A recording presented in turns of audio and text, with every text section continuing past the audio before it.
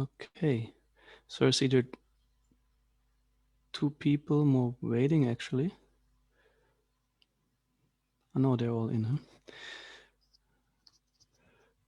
All right, then I'm gonna start with some kirtan, and then in 5 to 10 minutes we're going to start.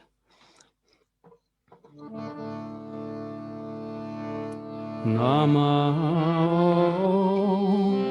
Vishnu Padaya Krishna Prasthaya Bhutale Shrimate Bhakti Vedanta Swaminiti Namine Namaste Saraswati Deve Gauravani Bracharine Nirvishesha Shunyavadi Pashadyadishatarine Shri Krishna Chaitanya Prabhu Nityananda Shri Advaita Gadadhar Shrivasari Gaura Bhakta Vrinda Shri Krishna Chaitanya Prabhu Nityananda Shri Advaita Gadadhar Shrivasari Gaura Bhakta Vrinda Shri Krishna Chaitanya Prabhu Nityananda Shri Advaita Gadadhar Shrivasari Gaura Bhakta Vrinda Hare Krishna Krishna Krishna Hare Hare Hare Rama Rama Rama Hare Hare Hare Krishna Krishna Krishna Hare Hare Hare Rama Rama Rama Hare Hare Hare Krishna Krishna Krishna Hare Hare Hare Rama Rama Rama Hare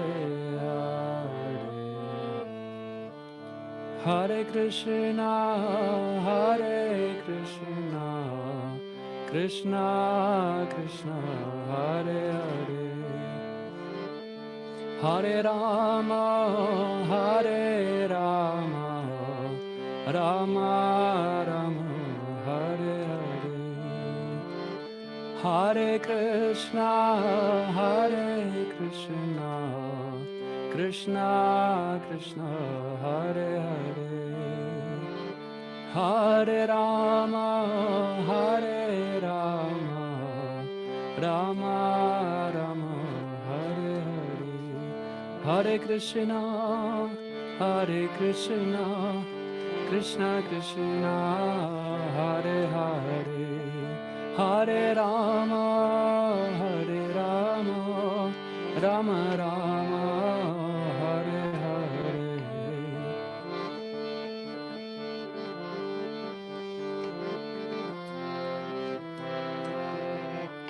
Hare Hare Krishna Krishna Krishna Hare Hare Hare Rama Rama Rama Hare Hare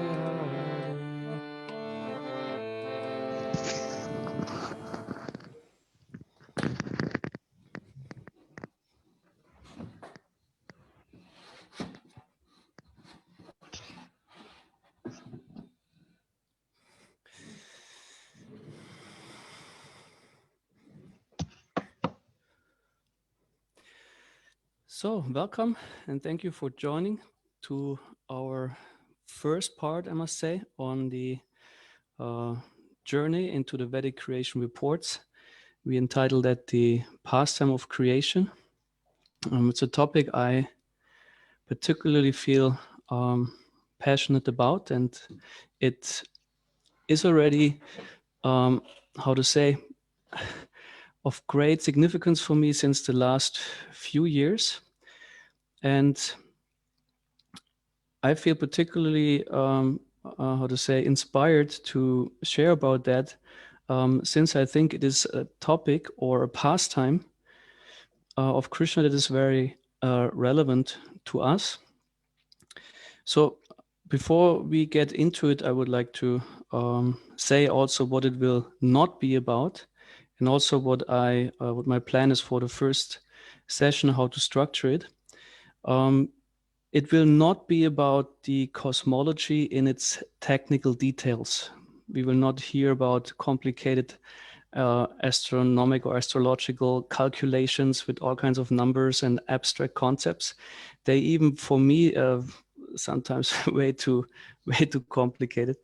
Also, there is this, for those of you who know, there's this whole Sankhya philosophy, which is practically an analytical or analytic study of the material world in its elements and so on. And it can be also quite technical and dry for people unless you have a taste for this type of analysis.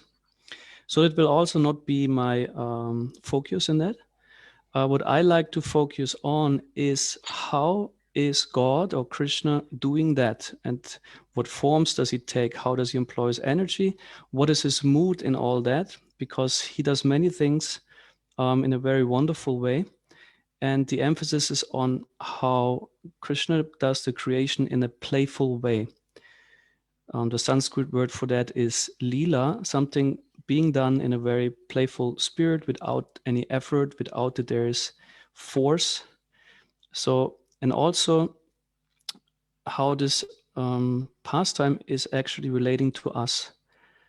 It shall highlight the relationship Krishna or God is taking with us, so that we can relate to the creation, to Krishna in a perhaps way different way than we are used to. Yeah, exactly that. And I don't know, so far as I can see, and many of you are who are now participating are having a background of being either since longer time in Krishna consciousness or practicing this path of spirituality. Perhaps there will also people be joining who maybe are very new to this or like who come from a different background. I would also like to open this whole session format up to exchange in terms of what do different religions or spiritual traditions say on how the creation takes place, how it is, the views that are being taken from different cultures and religions. So I think there can be exchange. For the first half, I would like to give some introduction in the topic and speak about the significance of the pastime itself. And then in the second half, I would like to open up to see what are maybe your interests in this topic, because the topic is very broad, actually.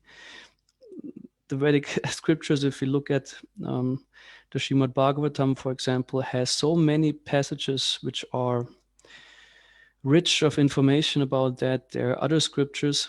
So there's so many things to say, and perhaps we can also see what is your interest in that topic, and then I will see what I can cover, or like how much I am conversant with it, and then go from there to something that is related. So as I said in the beginning, it shall be the first session, and I would like to continue that with I don't know how many sessions to follow. I'm writing a book on that. Approximately 3 years ago, I I started a group called the Cosmic Creation Study Group. We were some devotees and we were meeting monthly or something, and we always studied some parts of the scriptures and then raised some questions and discussed about that.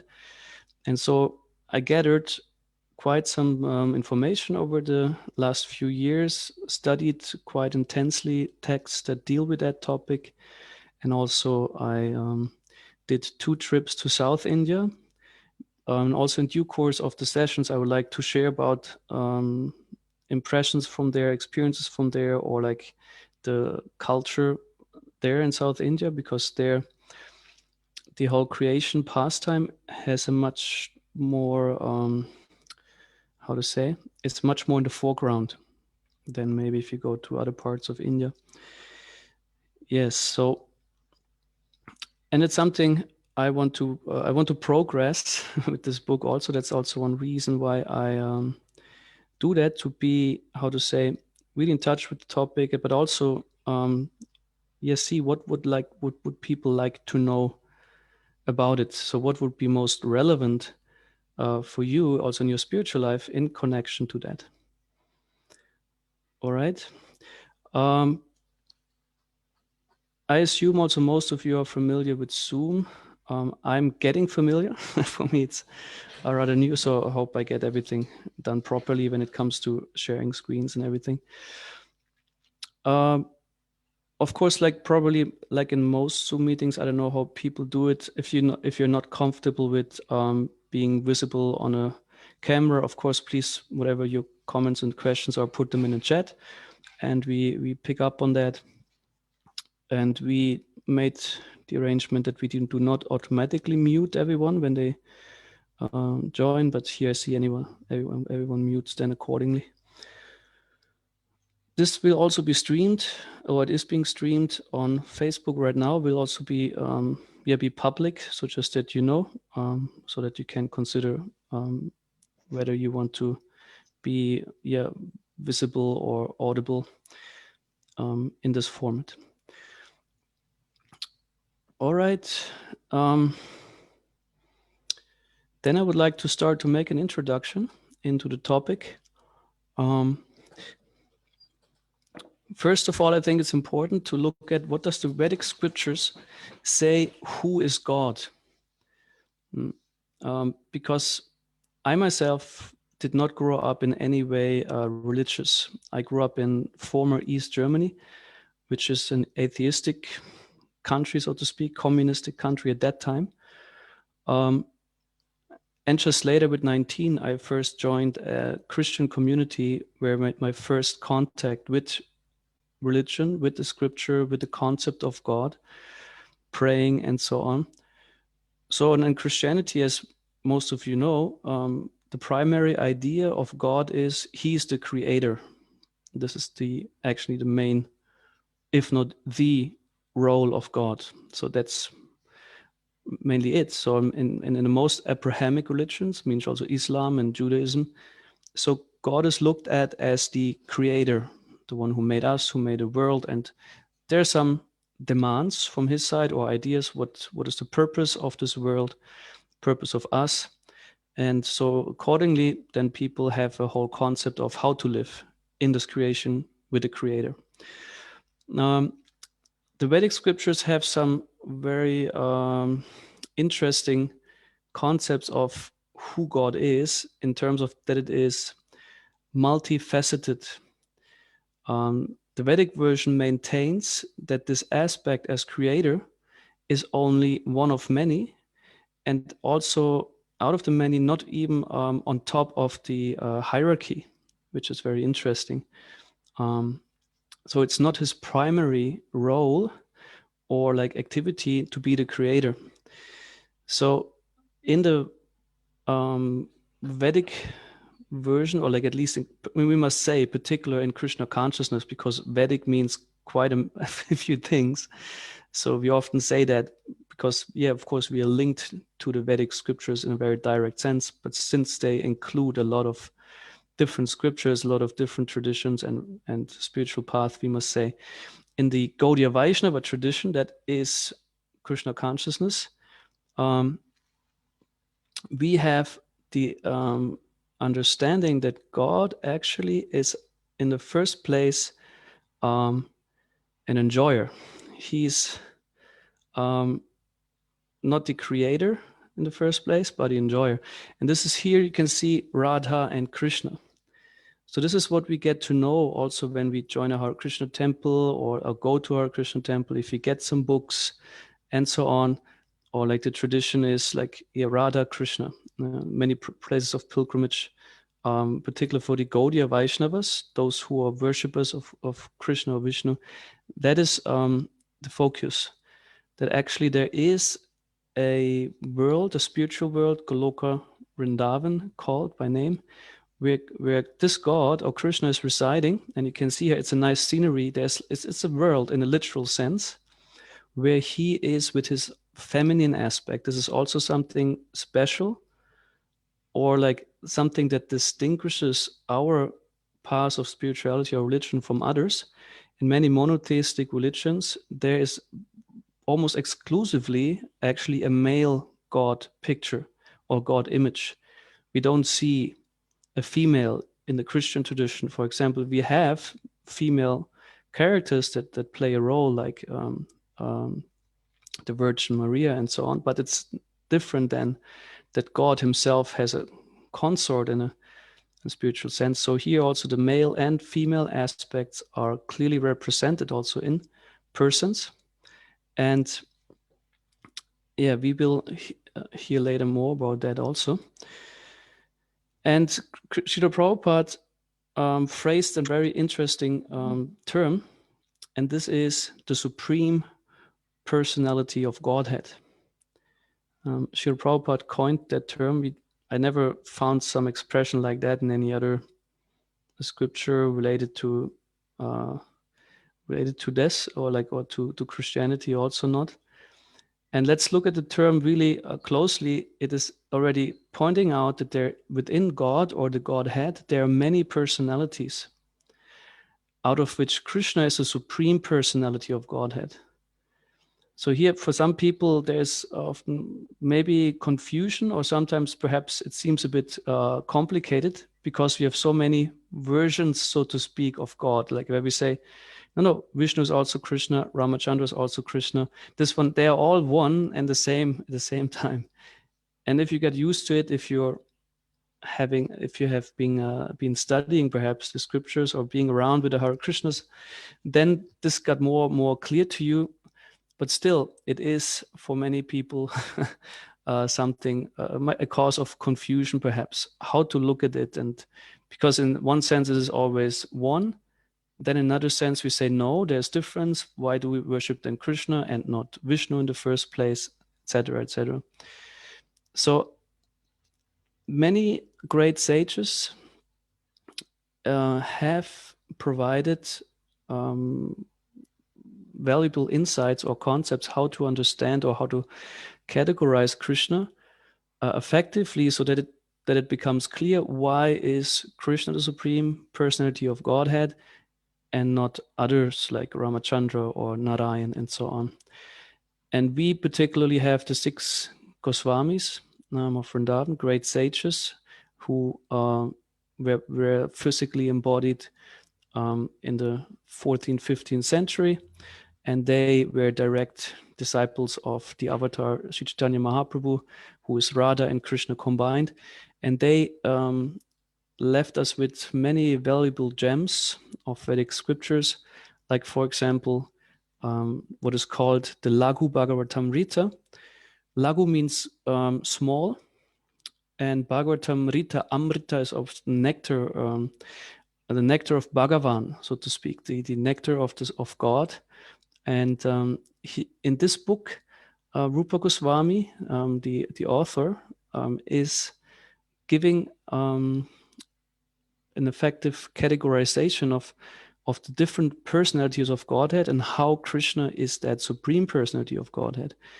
And then from there, one can more effectively look at Krishna in connection to the creation and all the forms that are involved within the creation pastime. In general, Krishna is seen as someone who has nothing to do. He has no work. His business is to enjoy practically, and he entrusts a form of his with the creation work, which still also for this form is not in any way work, but rather something that is done playfully by employing different energies simply by his will. So this will be one of our main points, to look at how is Krishna doing these things and simply enjoying himself by doing it. We have to experience, if we want to create something, like even building a house, for example. It's an enterprise that involves so much physical energy, mental energy, time, and so on. There will be exhaustion. Might be challenges, difficulties, problems in so many ways. Until the house is being done, you look back on a history of efforts and perhaps frustrations, but also, of course, you will be happy if the house is being done. But still some energy had to be invested, and it's not done necessarily in a playful way. But for Krishna, this is different. His activities are being done without that he experiences any exhaustion, because he said he has unlimited capacity in terms of power and strength. Nothing can exhaust him. Also, nothing can, puzzle him or like give him a headache in terms of not understanding things, because he's all cognizant. He's all aware. He's about everything in perfect knowledge. So for him, nothing can be difficult. For us, things become difficult because we have limitations. But the unlimited person, which is an attribute which is given to Krishna, doesn't have to face such challenges. So this makes his activities so interesting and also so special. There are no conditions to them, no material conditions. And when we speak of Leela, Srila Prabhupada, our spiritual master, highlights that also. This is very important to understand, that for Krishna, there's no urge, no need to do something. It is not dictated by an authority or force above him. He is the power or authority above everything. So therefore for him, everything is Leela or pastime. He, by his sweet will, is doing it. And the significance of Leela, many of you might know, others maybe not so much. Some who might join in another point. It might be important to hear that Krishna shows his activities, or like the Vedic scriptures maintain that Krishna shows his activities so that all the souls have an opportunity to reconnect with him, to get attracted to him. One part of the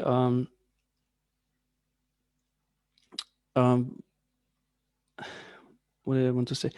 Yeah, one of the aspects also of the sṛṣṭi-līlā, or the pastime of creation, is the relationship Krishna or Vishnu has with us as individual souls. That is very relevant, because the whole creation is actually based on that we have a particular need in relationship to Krishna, and the material creation is a response to that need by Krishna. So there are leelas or pastimes of Krishna that are relating to what is outside the material world, which is called transcendence, or the sphere of absolute spiritual nature. And these leelas are not accessible as long as a soul is within the material world and has to live with material conditions. And here we come to the particular significance of the sṛṣṭi-līlā. That's the Sanskrit term. Sṛṣṭi means creation or creative effort. And the lila is the pastime in which that happens. We are within the sṛṣṭi, or the creation. Every one of us has a body, a material body. That means we are within the material energy. We are actually active parts in the sṛṣṭi-līlā. And therefore, this pastime is immensely significant for us. although it is not the main focus of our sampradaya or disciplic succession, the Gaudiya Vaishnavas, as we saw before, focus on Radha, Krishna, and Vrindavan in the spiritual world. Still, it takes a big part, it is very significant, and we will also hear later from Srila Prabhupada himself some very instructive purports on the significance of the sṛṣṭi-līlā. In other sampradayas, there are four disciplic successions in India, main sampradayas. We have our sampradaya coming from Lord Brahma, the Brahma Madhva Gaudiya Vaishnava Sampradaya. And what is very interesting for me also thinking of it, Brahma is actually the personality which is in charge of what is called the secondary creation. So actually our knowledge that we have in the Krishna consciousness movement traces back to the engineer of the universe. Lord Brahma has a very famous work. Let's call it. He didn't write a book, but it is written in a book, the Brahma Samhita, which is his personal glorification of the Lord based on transcendental realization. But also there, his biography is available, and also the story how he came to be the secondary creator within the universe. He is considered to be in a mode of friendship with Lord Vishnu, the Supreme Personality of Godhead. And so we have knowledge from this source, although, of course, the emphasis in the Sampradaya is Radha and Krishna. Still, we have a guru, so to speak, a teacher who is very much part of the sṛṣṭi-līlā. And then there's the Sampradaya of Lakshmi Devi.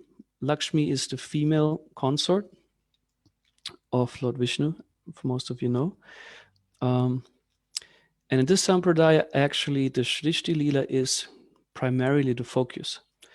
If you would go to South India, then you will see many wonderful temples. And in later sessions, I will also provide some images and maybe share some of our pilgrimage experiences.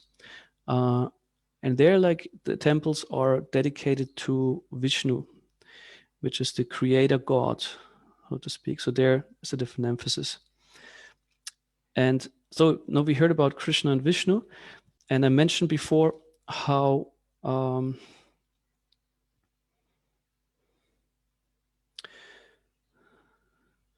there are different categorizations, and here we have an overview. Why can I not? Okay, just give me a second.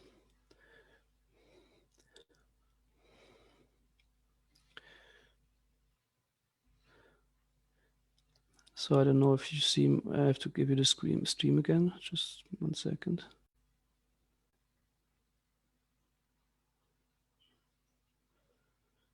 So I would assume now you see the screen.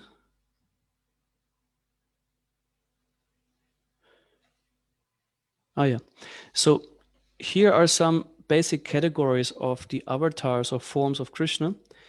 And you have seen a picture of Radha and Krishna. And this form is called Swayam Rupa. Rupa is the name, a Sanskrit term for form, and Swayam means original or the primeval form, means no other form exists prior to or above this form. This form is not dependent on any other form in its existence.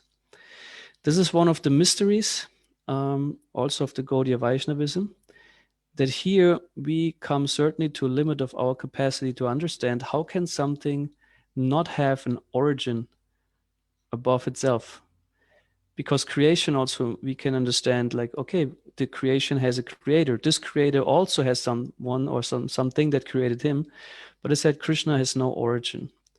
It's called Sarva Karana Karanam. Of all causes, he's the cause, but has no cause above him. And next to it, you see Swayam Prakash. That means Krishna can expand himself in many forms. This is one of the playful features he has, his mystic opulence, he can make himself into many. We see that in a small and perverted sense in also in the material world. By our genetic material, we can, so to speak, expand a family, or like, now we can even, based on technology, we can clone living entities which seem to resemble or identically resemble another living entity. So it's just from one cell. So, but the original spiritual potency can expand by its own will into many. So Krishna can expand into many, and there's no difference. There's a pastime that Krishna marries 16,108 wives, and he's available for them in 16,108 forms. Actually, besides himself, 16,107, because he is already there. And these forms are completely same. So in this way, he relates to each queen completely, individually. Every queen has Krishna fully for himself. That's one of the pastimes of Krishna. And Srila Prabhupada remarks, so therefore Krishna can have as many women as wives as possible, or like as he wants, because he can provide perfectly for all of them. There's no struggle for him to do that. That would be the original form that we see here again. So Radha and Krishna, this is the topmost form. So and then what he does, we see down there Tat Ekatma Rupa. That means partial expansions. These are forms that are either slightly or significantly different from Krishna in appearance.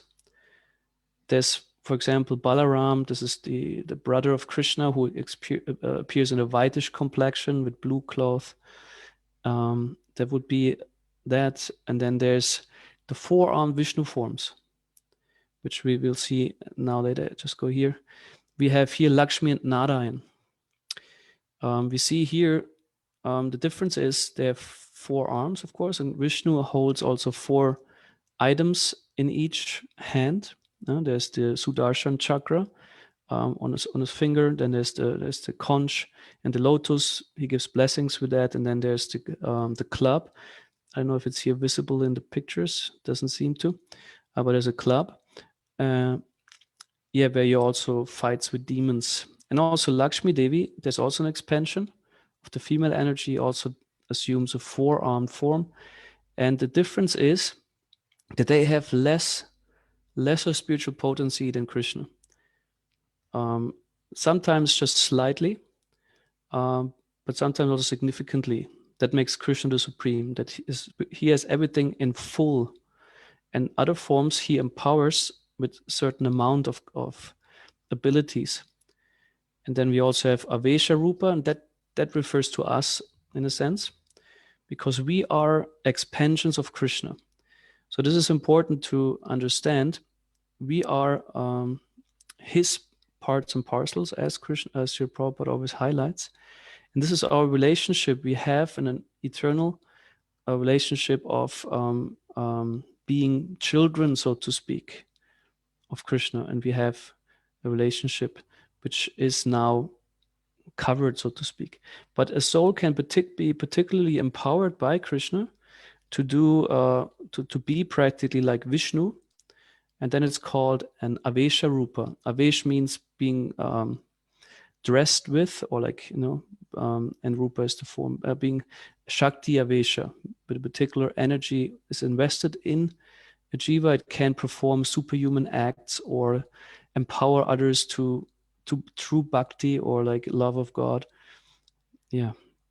And then down there, even this partial expansions, like here the Vishnu forms, they can again expand into what is called Svamsha and Vilas. I mean, these are a bit technical terms. I present them here. I will repeatedly use them. So just to make also those who are interested in the topic more acquainted with the terms, because Sanskrit has some interesting, if you know the terms a bit, and we can relate to them better, and they give us more how to say, ability to have a look inside what is happening.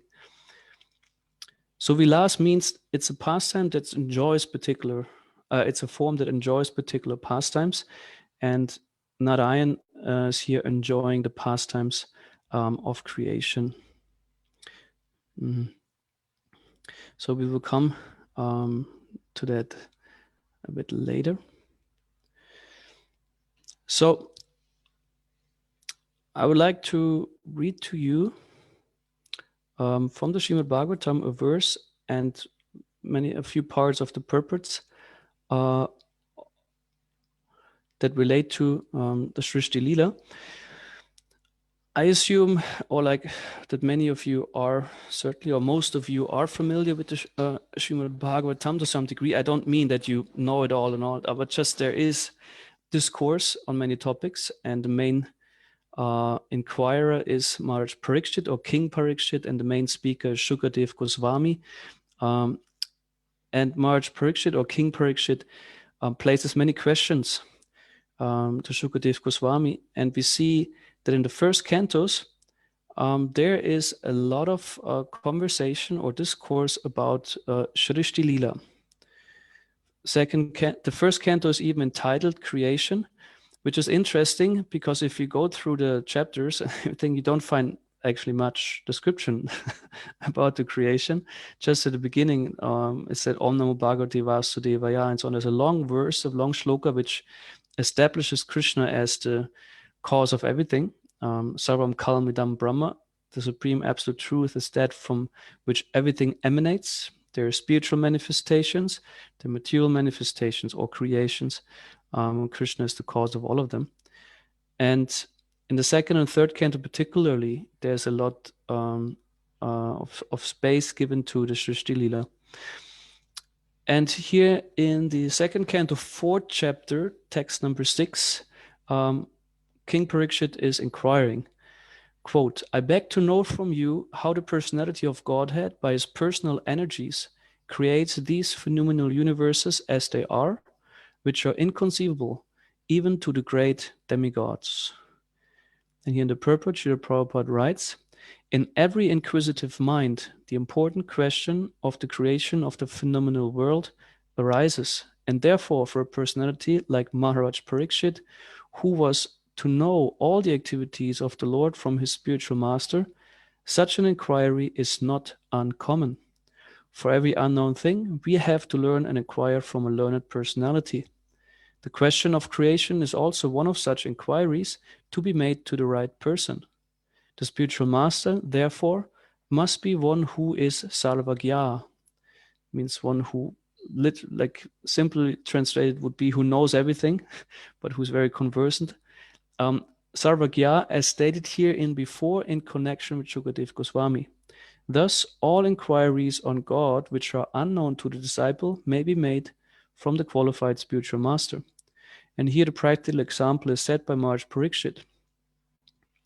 So here we can also see one of the glories of Srila Prabhupada, the personality we accept as a pure devotee of the Lord, empowered Vaishnava, who gave us all this knowledge. He is practically Sarvagya because he can provide us, or he provides us with all this knowledge, with all these insights on practically all the relevant topics of spiritual life. So I really like that or would like to emphasize that.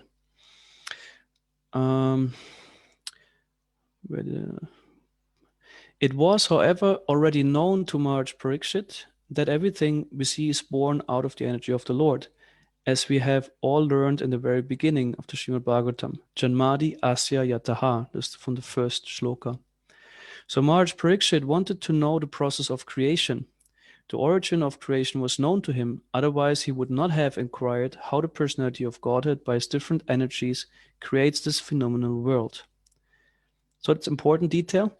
Maharaj Parikshit already had an understanding there is a creator, and he didn't ask like, who is creating it, but actually asking, okay, how is it happening that creation takes place? And there's a lot of interesting information coming your way in this session also, but also in other sessions regarding that. And on a side note, King Parikshit was someone who already saw Krishna from face to face within the womb. The very name Parikshit means the one who is always searching for Krishna or for God, because he had a very powerful experience. He is the son of Uttara, if I remember the name correctly, and the situation was it was a post-war condition, and one personality called what is his name, starting with A, no, forgot it. But anyway, he launched, or like he started to practically an atom bomb, which threatened to kill practically everyone present. And the mother was already gradually, practically, were about to have a miscarriage, and the heat of the force of the atomic force was already perceivable also to a child within the womb. But Krishna decided to protect this particular personality, appeared in the womb and practically protected by his own energy the mother and the child. And Maharaj Parikshit could see that Krishna within the womb. And it is said this impression stayed with him. It is also described that generally the souls, means we have, when we are in the womb of a mother, for some time, to some degree, we have even the capacity to perceive Krishna as a super soul being present, but then in due course of birth and what comes after, we forget more and more. There are descriptions of that, but he had the awareness, and he remembered, hey, there was this personality within the womb who protected me, and he was always, when he was traveling around, going around, he was always searching for that person to find it again somewhere again, and that's why it's called Parikshit. That's, I think, a very interesting detail. Coming back to the Sanskrit language, if you know a bit the terminology, it becomes way more interesting to enter the text. And of course, first sometimes you read things and think, what does it mean? How do I even pronounce it? But once, if you get a bit into it, it's worth it. So Maharaj Parikshit wanted to know the process of creation. That's where we stopped. Yes, and then a bit later in the same purport, Srila Prabhupada says, Maharaj Parikshit did not ask his spiritual master Shukadev Goswami to narrate Lord Krishna's pastimes in Vrindavan. He wanted to hear first about the creation of the Lord. Shukadev Goswami did not say that the king should hear about the direct transcendental pastimes of the Lord. The time was very short, means most of you might be aware. For those who are not aware, Maharaj Parikshit received a curse that left him with 7 days to live.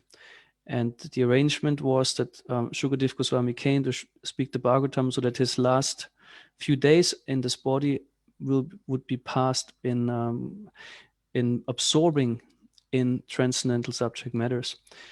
So, and since there's a hierarchy, how relevant are certain topics, or high or low? So one might be wondering, he was already a self-realized soul, great devotee. Why would he hear about that topic, which is not even hierarchically on the highest platform? So the time was very short, and naturally Shukadev Goswami could have gone directly to the 10th canto to make a shortcut of the whole thing, as generally done by the professional reciters. But neither the king nor the great speaker of Srimad Bhagavatam jumped up like the organizers of Bhagavatam.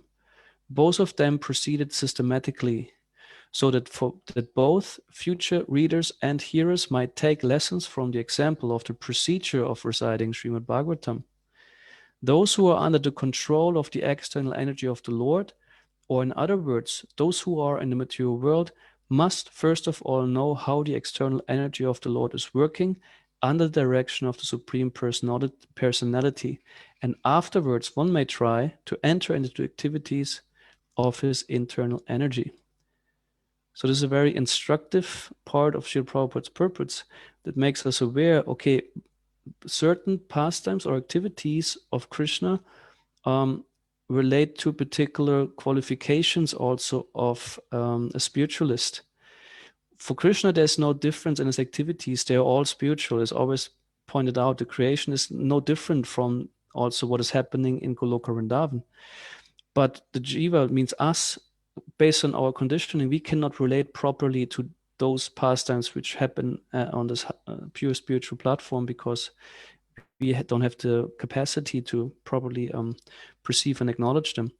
So therefore, it said actually for everyone who is under the influence of the external energy, it said this pastime is the proper subject for hearing in order to be purified in advance.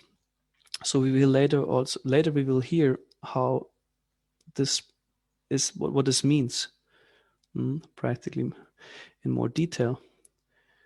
So this is so there's a structure, and I said this topic comes actually for those who just come to spiritual life, and this life, or like, you know, based on where they are in their spiritual development, this is the proper, we can also say, medicine.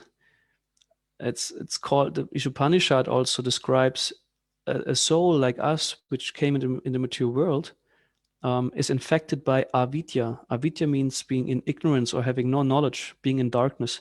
This is our disease, so to speak. And here, this would be actually a proper medicine, because it relates to us and how we understand our constitutional position in relationship to the world, in relationship to the Creator. And this is where it needs to start. There's some great misunderstanding. As your Prabhupada also points out, we misidentify ourselves in terms of who owns things, who controls things, who's entitled to the world and to enjoy, and so on. And these pastimes give us much more insight and an understanding who is in what position, and then understand ourselves properly. Then also he mentions in this purport, in the Chaitanya Charitamrita, also descriptions of the creative energy and the Lord's hand in it are explained. And the author of Chaitanya Charitamrita has warned the neophyte devotees to be seriously on guard against the pitfall of neglecting knowledge about Krishna in regard to how great he is. So I mentioned before, in our Sampradaya, of course, Radha Krishna is highlighted, and how he's the great enjoyer and he's not even interested in being God. That's one of the funny things, perhaps, for someone who's new, that there's God, and God has no interest in being looked at as God. So this is more like then Vishnu and Narayan. They have more the majestic opulence, the powerful appearance, but still, this true consciousness of that Krishna is that personality which is even superior to God, so to speak, must be gradually developed. Man cannot just go there like this. So therefore, the knowing the greatness of Krishna is actually very important in order to properly appreciate the sweetness of Krishna. And this point has been made repeatedly in many parts of the Srimad Bhagavatam by Srila Prabhupada. Only when one knows Lord Krishna's greatness can one firmly put one's unflinching faith in him. Otherwise, like the common man, even the great leaders of men will mistake Lord Krishna for one of the many demigods or historical personalities, or a historical personality, or a myth only. The transcendental pastimes of the Lord in Vrindavan or even at Dwaraka are relishable for persons who have already qualified themselves in advanced spiritual techniques, and the common man may be able to attain to such a plane by the gradual process of service and inquiries, as well as we shall see in the behavior of Maharaj Parikshit. So, unflinching faith in Krishna as Supreme Personality of Godhead is also the goal. When Krishna gives pastimes or like his activities, they shall inspire faith. And in the Bhagavad Gita, in the 10th chapter, Krishna is speaking a lot about his vibhutis. Vibhuti means opulence. And the Sanskrit title for the chapter is also Vibhuti Yoga. Yoga means connection to Krishna through his opulences.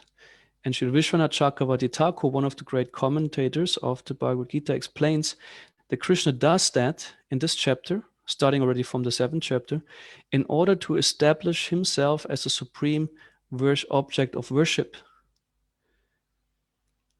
So he actually gives all that information, knowledge, so that the reader creates faith, or develops understanding and faith that Krishna is really the Supreme Lord, and that then we can give ourselves with less reservations, as if you would think, yeah, is he really, is this really God? Is he really supreme? Like that. And also the Sri Upanishad makes an interesting statement regarding this type of knowledge. It says here in the mantra 14, one should know perfectly the Supreme Personality of Godhead Sri Krishna and his transcendental name, form, qualities, and pastimes, as well as the temporary material creation with its temporary demigods, men, and animals. When one knows these, he surpasses death and the ephemeral cosmic manifestation with it. And in the eternal kingdom of God, he enjoys his eternal life of bliss and knowledge. So here Srila Prabhupada writes actually quite perfectly in the purport. In this mantra, Sri Upanishad teaches that one must perfectly know both the personality of Godhead and the temporary material manifestation side by side. By knowing the material manifestation alone, one cannot be saved, for in the course of nature there is devastation at every moment. Nor can one be saved from these devastations by the opening of hospitals. So, interesting remark. One can be saved only by complete knowledge of the eternal life of bliss and awareness. So, having said this, this shall give us some focus or some direction, or like a fundament of why do we discuss it, why will these sessions be held. This is one underlying intention, to actually that we can absorb in the understanding of who Krishna is and strengthen also the faith, and at the same time gain some appreciation of how God is doing so many things that appear very sometimes too complicated for us simply, and too maybe dry even, because we can't see them from a transcendental perspective. How they are actually full also of nectar. And Srila Vishwanath Chakravarti Thakur offers his good counsel, is said in one of the purports, to the interested Vaishnavas when he says that they should not be interested in hearing only about the Lord's activities like the sṛṣṭi-līlā and pastimes in Vrindavan, but must be keenly interested in his pastimes, in his features as the Purusha avatars, in connection with sṛṣṭi tattva. Purusha avatars, we will also get some image in a moment.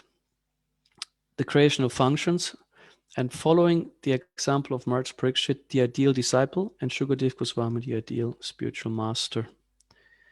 And in the next verse, Maharaj Parikshit is pointing already to the playfulness of Krishna, saying, kindly describe how the Supreme Lord, who is all-powerful, engages his different energies and different expansions in maintaining again and again winding up the phenomenal world in the sporting spirit of a player. So this is really how Krishna does this, in the sporting spirit of a player. And let me just give you a one more visual on that.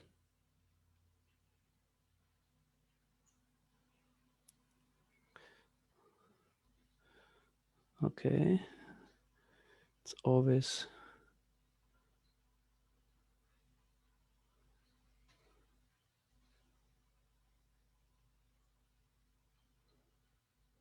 so. The Purusha avatars are those the three Vishnu forms. Mahavishnu, the one who is existing before any creation was being done. We just shortly now we will get more extensively into that in another session. He is practically creating the material energy. And you can see here, because to emphasize the Leela aspect, just look at what he's doing. He's sleeping. It's not sleep like we do. It's called yoga nidra, transcendental slumber, Srila Prabhupada translates. And we have the saying sometimes, oh, this is something, I can do that while asleep, indicating that something is so easy, so we can do it so effortless, we could even sleep while doing it. So actually Vishnu is arranging for himself to just rest, and at the same time doing something which has the greatest effort to create a whole cosmos, to create a whole world. But he's doing it while he sleeps, or like enjoys himself in a transcendental slumber. Yeah, we hear more about that in detail. And the second one, when there's some universes, he enters them and becomes the Garbhodakasha Vishnu. Garbho means birth, and these names indicate always the place where Vishnu is being situated. Karanodakashi means Karana means cause, the causal ocean. We will hear more about that in another session. And then Garbhodakasha Vishnu is within the universe. There's also an ocean where he lays down, and Lakshmi is with him, and Lord Brahma is being born from his lotus navel. Purusha means person, but also enjoyer, and he enjoys himself, as we can see.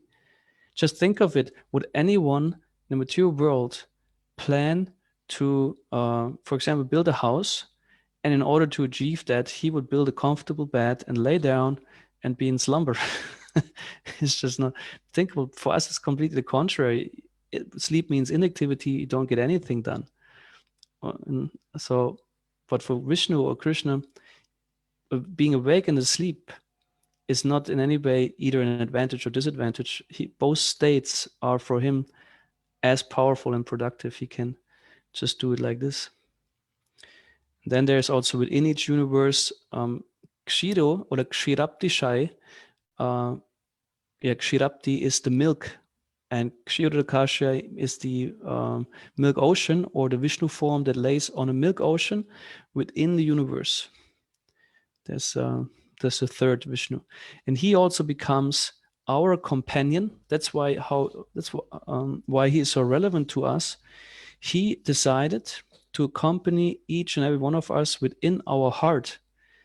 At the very moment he's witnessing what you're doing, and outside maybe he inspired you even to spend your time now in this moment to attend to this seminar, and inspires you maybe to do other things in your spiritual life.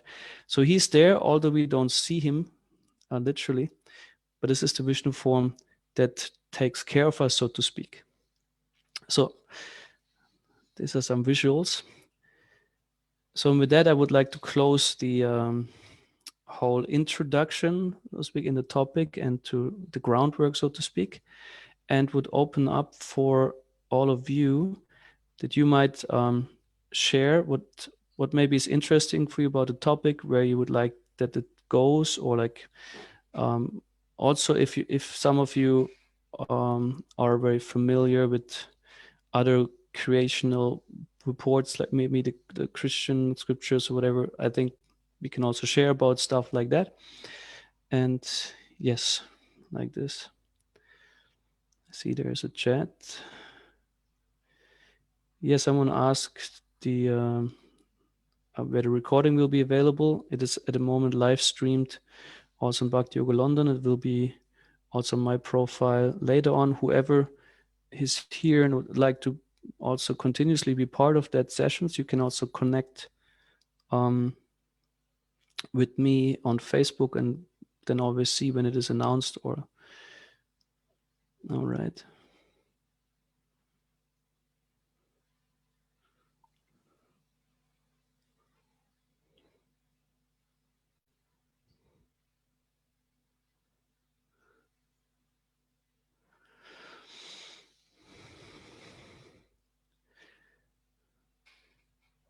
So does anyone have any inquiries? Because I'm not sure right now if there's some technical thing that is arranged that doesn't allow anyone to share something, or if there's just no one sharing. So I got to be. Sorry, Prabhu. Just one for me. Hare Krishna. Do you know when you kind of? I was frantically taking notes, and maybe I've missed some. So it's the last form of Vishnu. So the three Purusha avatars you mentioned: the Mahavishnu, the Gabo, the Kashai Vishnu, and the Shiro, the Kashai Vishnu. So the first one is obviously the sort of first form. The second was the one that created Brahma and this kind of material world. Sorry, what was the third one? I know you said you said something about milk, but then I kind of lost what his purpose was. Sorry. Yes. So when Vishnu enters in the universe and starts to fill it up actually with water up to the half, he is Garbhodakasha Vishnu. Garbhodaka is the ocean of birth. And then he manifests Brahma on this lotus flower. So then this is practically his purpose. He's there. He's the one also in whom all the universes rest, all the jivas are resting. And then, but when the first living entity comes, which is Brahma, also he manifests as the super soul, as the Paramatma, the Atma or living entity, which is the supreme entity. And his role is to accompany each living entity in his journey in his body. The Bhagavad Gita states, Upadrashtanumantacha bharata bhakta maheshwaraha paramatmeti chapyukto dehismin purusha paraha. This is a verse from the 13th chapter, which is dealing quite extensively with the super soul. And it says, Upadrashta Anumanta, he's the witness and the one who gives allowance to everyone. So he witnesses what happens, and he's also the one who sanctions, or like who he distributes the karma, so to speak. Every living entity wants to act, has desires. And Upadrashta Anumantacha Bharata Bhakta Maheshwara, the Supreme Lord, who is also the allowance giver, to all our activities, and he accompanies us. He remains when we, for example, we had our first body, and then he's there. When we die, he remains with us in the subtle body and carries us, or like he's by his order, actually all the material laws are happening, and he responds to our desires. It's also said, Sarvasya chaham riti sanivishtu mata smritya jnanam apohanam cha. It's from the Bhagavad Gita, another shloka where Krishna identifies himself as being situated in the heart. Rida is the heart. Sarvasya chaham riti sanivishtu. I'm in everyone's heart, and from me, knowledge, remembrance, and forgetfulness are coming. And Srila Prabhupada also in the purport writes that this does not only mean to our material capacity to remember things, or like that we simply forget things, for example, how to operate Zoom, to remember or to forget it. No, also in a way higher sense, he says, if someone wants to forget Krishna or God and be just independent and atheist, for example, then he arranges for the forgetfulness. He covers knowledge or consciousness. When someone wants to remember, he supports the process of remembering. So also in our spiritual life, this form is actually he's the one who reciprocates with our desire for spiritual knowledge and understanding, for example, because this is the form, it is said, who also externally will manifest as the person that you will be accepting as a guru. Paramatma with insight is called the Chaitya Guru, the spiritual master within the heart. Gu means, this again with the Sanskrit, if you want to have, at the beginning it might be a lot of terminology, but once you have it, it gives you much more understanding. Gu is the darkness. The syllable gu means sometimes also secret, something that is hidden. But here it means darkness, and ru is dissipating darkness, is practically the light. So the guru is the person who dissipates darkness within our hearts and minds and brings enlightenment. That might be by clarifying doubts, but it might be also by correcting, or like being with sharp words, cutting the false ego that is covering our better sense and intelligence. So this Paramatma is a Chaitya Guru within the heart, and if he sees we are very serious about spiritual life, he's arranging that some external, so it means the Guru on the outside, which is a representation of Paramatma. Of course, he must qualify accordingly. This is how this external internal Guru thing, how it relates.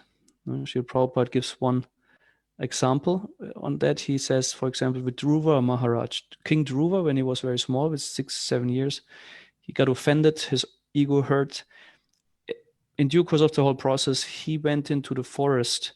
He wanted to find the Lord because his mother said, okay, all the sages, they go in the forest to find Krishna, so most likely he will be there. So quite a very innocent, simple assumption. So he sent him there, and he was very determined. And Srila Prabhupada says, Krishna noticed, okay, this one is very serious about it. So I sent him Narada Muni to instruct him how to advance. Then he got the mantra from Narada Muni, Om Namo Bhagavate Vasudevaya. And then with this mantra, he started doing his spiritual progress. Okay, now I went a bit further, but is this answering your question? Thank you. Sufficient? Sorry, just one more. Do you know the verse you said? Was it verse 13 or 18? Is it from the Srimad Bhagavatam or is it the Bhagavad Gita?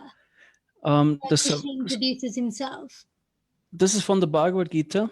Sarasya cha mriti sanivistumata smritya jnanam apohanam cha vidam daisht savam evetyo vidanta krit veda vid eva chaham. I'm not sure if it's the 10th chapter. I would have to check that, but I'm relatively sure it's the 10th chapter of the Bhagavad Gita, but definitely Bhagavad Gita. Okay, cool. I'll find it. That's fine. Thank you.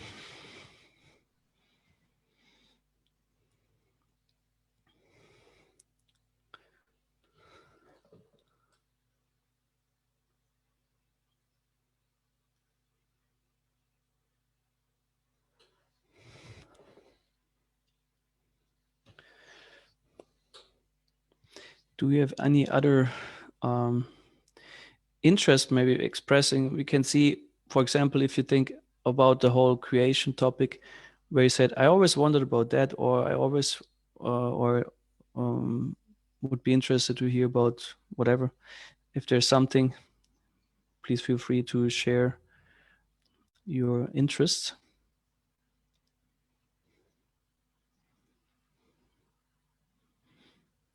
I will just continue a bit, and yeah, whenever something comes in the chat, I will gladly respond. Hare Krishna Prabhu, I have 2 questions. Mm-hmm.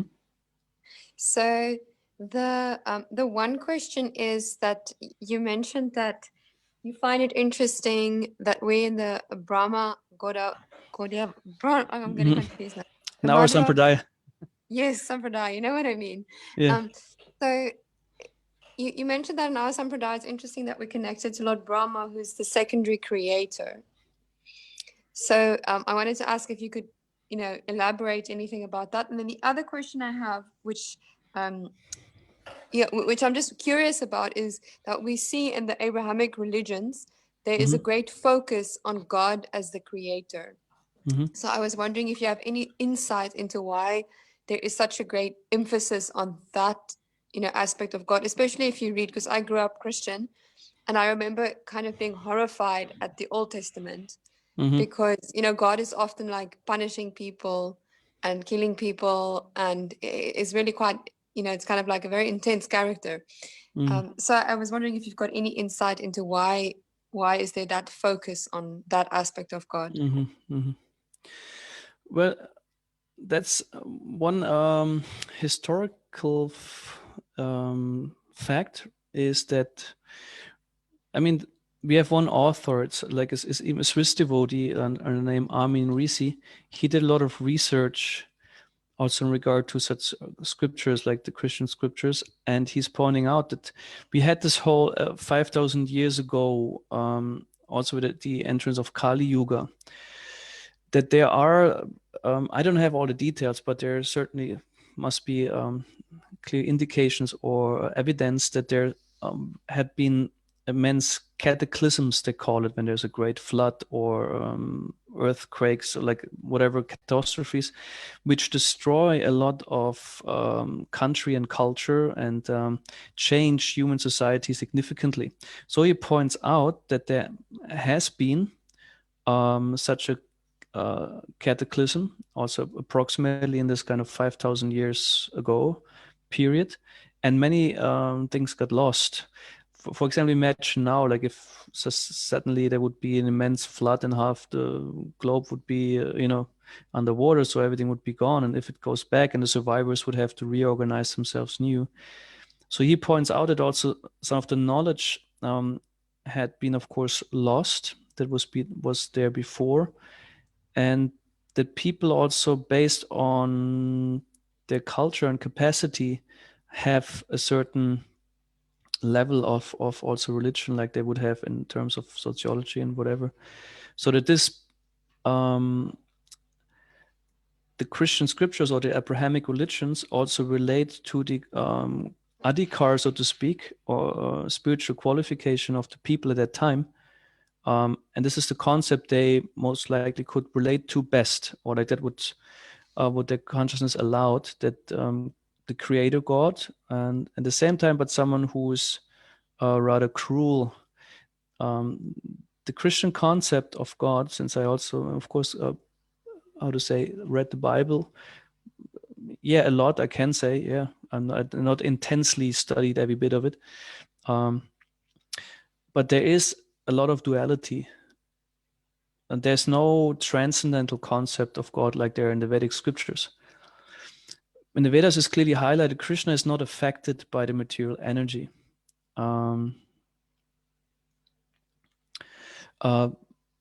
He is detached. It's even said, like in there's some interesting discussions in the Bhagavatam, that Krishna, or like Vishnu, is not affected positively by prayers, nor negatively by blasphemy. He is equally disposed. For him, this doesn't matter. He just appreciates the effort of the Jiva to somehow connect with him.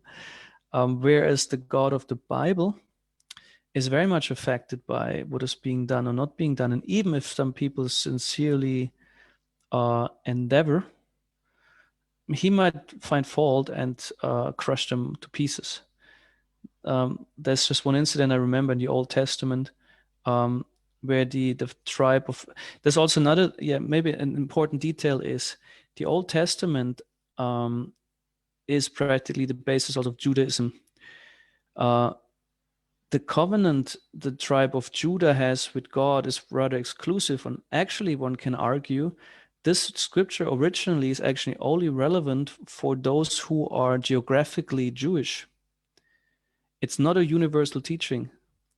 It's actually particularly, designed for a particular tribe in a particular geographical area. Because if you read the Old Testament, it's all about the tribe of Judah, and the rest, more or less, are the enemies of that tribe.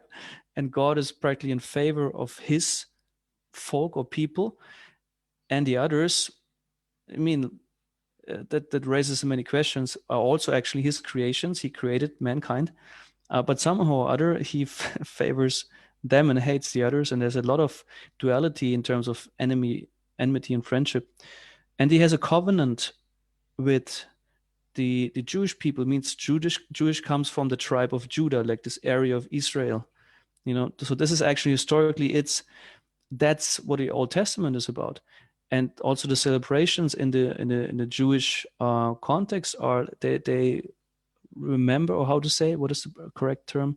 Not just remember, like in their specific days of celebration, they remember events like how they'd been liberated from Egypt, because Egyptians had been they put the Jews into slavery, and there were other tribes. It kind of repeated itself a bit, and so it's always the stories of the destiny of the people of Judah, or like the Jewish people. And one of these incidents when they were being led back, had been led back to the desert, to the homeland. It's a lot about the Holy Land, where they feel that's God promised land we're supposed to get. He led it. They were hungry. They complained, or they felt, "Hey, we are hungry. What shall we eat?" So, of course, this text passages might be being interpreted differently. But he let it rain a certain type of bird that I don't remember how it's called in English. In German, it's called Wachtel. There's a very small birds there. I don't know what would be there to eat on them, but that's what he let rain, which is kind of okay. Maybe it's a translation mistake, like other things. So, however, they complained about it. Apparently, they were not satisfied, and then God got very angry and almost killed them all. So that is one of these incidents which are very much not so in a duality. God even declares himself in the Old Testament as Quina. I don't know if I pronounce it correctly. It's the Hebrew word for jealous or envious. So in English we would say he announced himself as, it's me, Quina, or here I speak, jealous, that's my name. I'm your God. I'm a jealous God. So jealousy and envy is a feature of a conditioned soul. There's no envy or jealousy in Krishna. There's nothing he has to envy anyone about, nor is he in enmity with his own creation. So if you look at it psychologically and everything, well, it's quite difficult.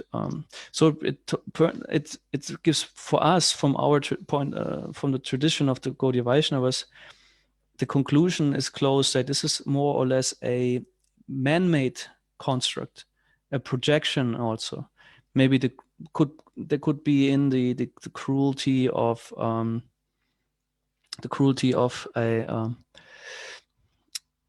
the nature is being attributed also to God. Nature is cruel. It is. Laws of nature are brutal. Many people also have the idea, like if you see animals and everything is so romantic and sweet, and they're furry and they're purr and whatever. But look at, animal life is cruel. It's live or die. There's nothing like, there's no cuteness beyond the apparent, the visual. It's brutal. So this, maybe there's some things come together, mixed up, and it's certainly a religious format which is not having this. It does not provide a transcendental perspective, and probably is meant for people in a certain time, still give them some understanding of God, and this is something they could relate to. So now a bit lost track. Like the second part of your second question. Could you maybe again say that? Hare Krishna, Prabhu. I apologize. My questions were completely unrelated. So I think it's okay. You don't have to address the first one now, because I see some other people also have questions. But just to elaborate on what you just said, because I remember as a child spending a lot of time, in the church and doing Bible study, etc. And although I very much related to Jesus, I was really fond of Jesus, and I could resonate with Jesus. I was kind of petrified, of the God of the Old Testament. But like, especially now the way you described him, like the fact that he gets angry and he's envious, etc. Couldn't we say that maybe what they were describing was rather a demigod? Because we do see that the demigods, they do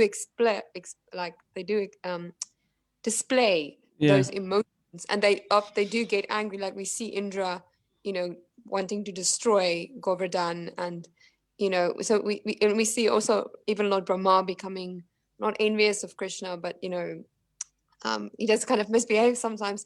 So could that be one way of understanding it as well, that they were actually having some understanding of demigods, but not actually of a transcendental God? Yeah, like this. Some argue or speculate that it might be referring to Brahma, but this is also questionable. If you look at, Brahma's character is not of such kind, and they're different. There's so many different beings. In some session, will cover also the Prajapatis and the different levels of divine beings, but they are also demoniac beings with quite have mystic powers in terms of they can create things. Just let's remember, like Hiranyakashipu, for example, was able to conquer the whole universe, and he could take over all the functions of the demigods, means power-wise. So he was able to manage the universe, and he was a demon.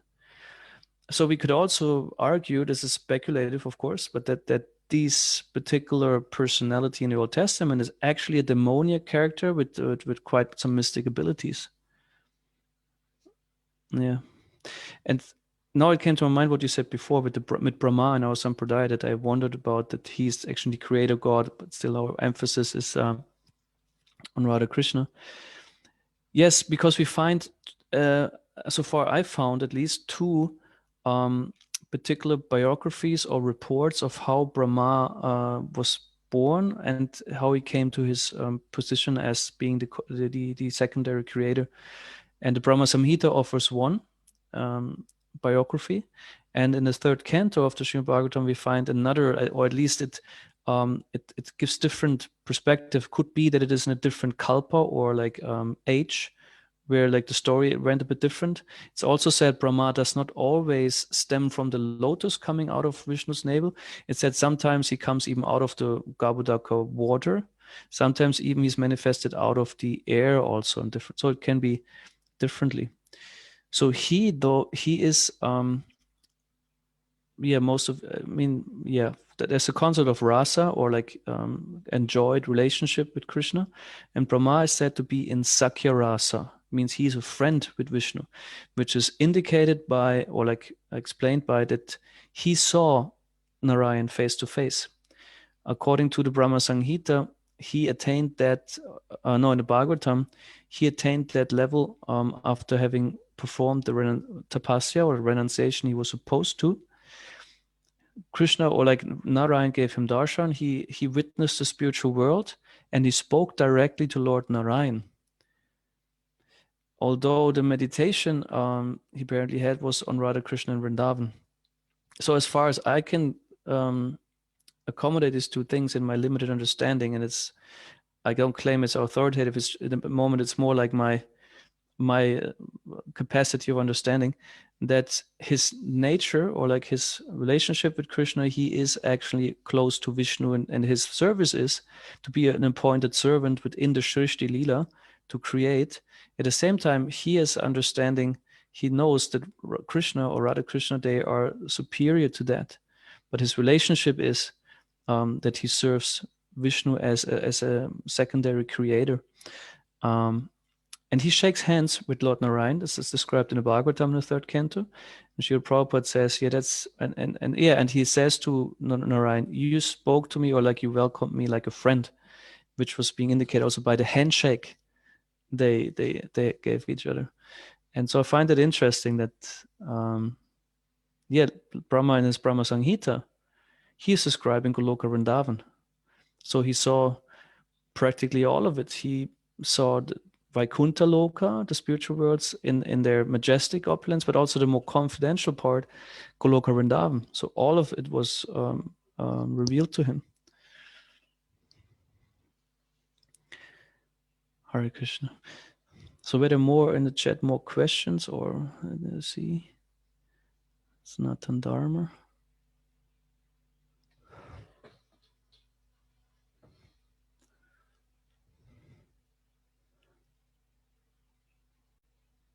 How would I answer the question? So about Judaism related, how would I ask the question? Why there are so many different religions in different regions and cultures?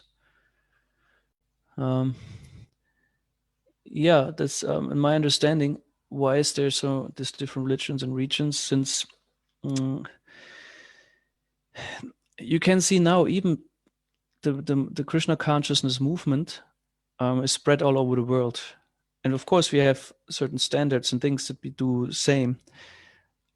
Still, you will find, if you go different places, the same, though it's the same name on it, in different countries, different mentalities will lead to that people either emphasize different things, or maybe even sometimes misconstrue things or put their own stuff.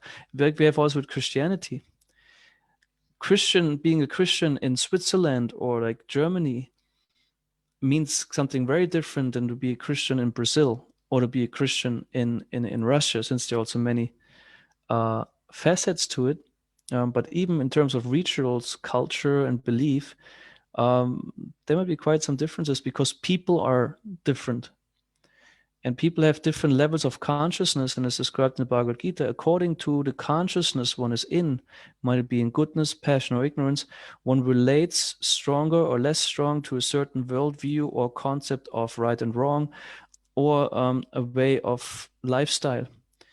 So, and based on that, like also Krishna is describing in the 17th chapter, the different types of faith. And there he points out that This is based on the concept of the three modes of nature and how a living entity is affected by it, and accordingly tends to accept certain ways of living, and also has only a certain capacity of being spiritual, so to speak. It's that a person who's more in sattva is way more capable to go deeper in a spiritual life than a person in a mode of passion or ignorance, like this. So I don't know if the person who asked it is still here or already gone. So, but maybe, yeah. Hare Krishna. So we actually also reached the time limit for today.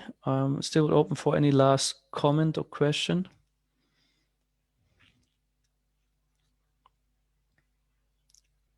All right.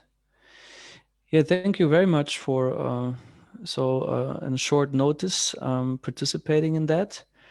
I would look forward, I would be happy some of you or all of you to join also in later sessions. As I said before, who is interested can also connect with me on Facebook or by the kind support of Shardiya Rasa and Dee. We might also simply announce it on the Bhakti Yoga London page when will be the next thing.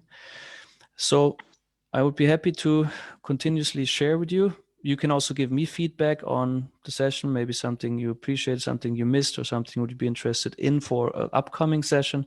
And I gladly pick up on that. Hare Krishna. Hare Krishna, Prabhu. There was still one more comment from Dee.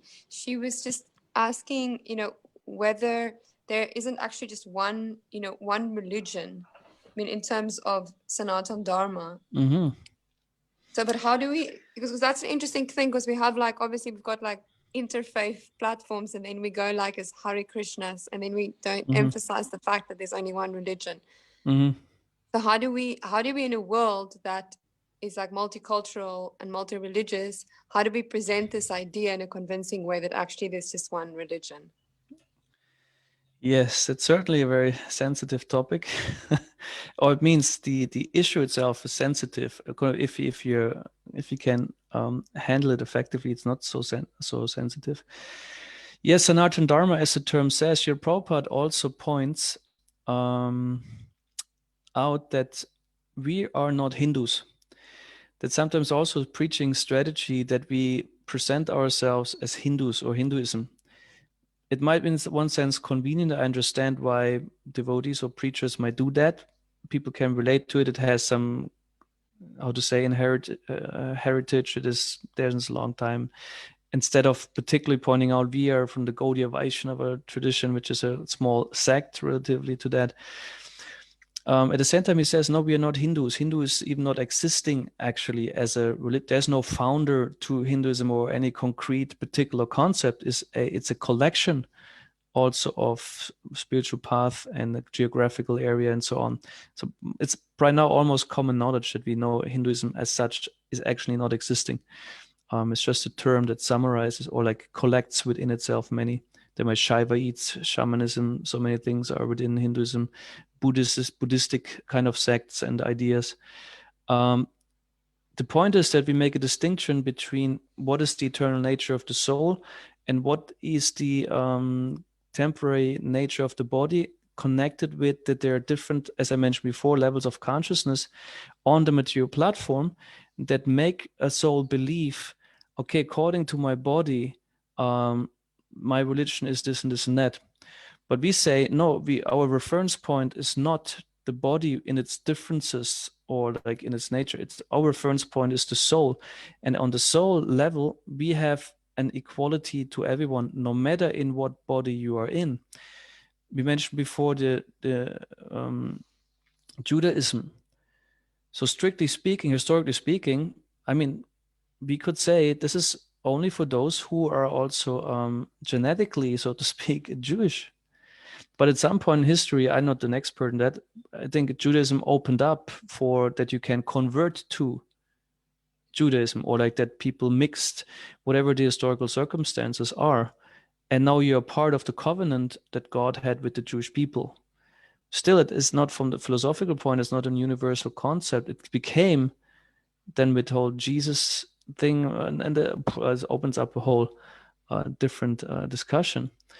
But the point is, Sanatana Dharma means that which is relevant for all living entities, independent of their social, cultural condition, independent of their gender, independent of their nationality.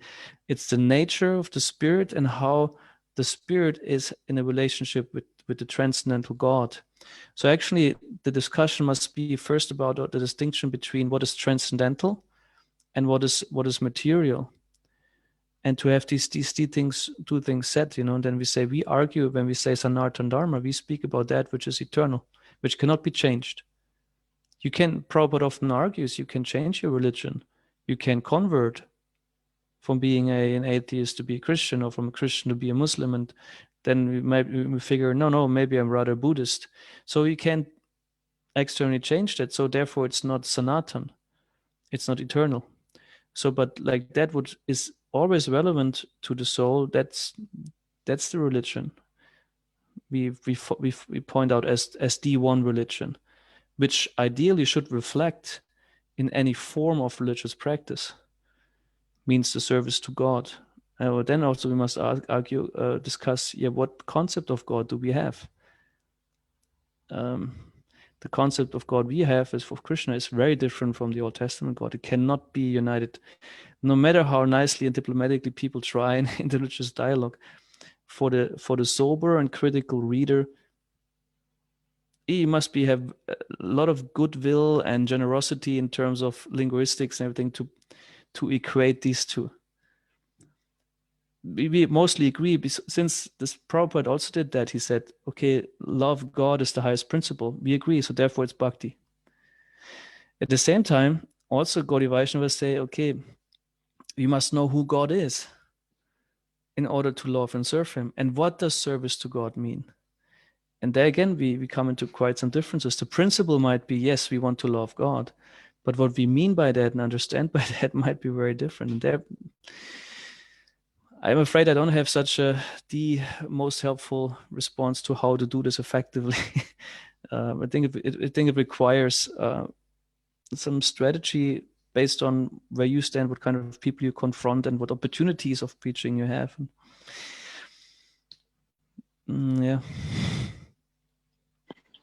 Thank you very much, Prabhu. No, I did find that very useful. So just to summarize, could we say that, religion might be culturally relative, but when it comes to Sanatana Dharma, it is like the essential principles which can be universally applied because it's in relation to the soul.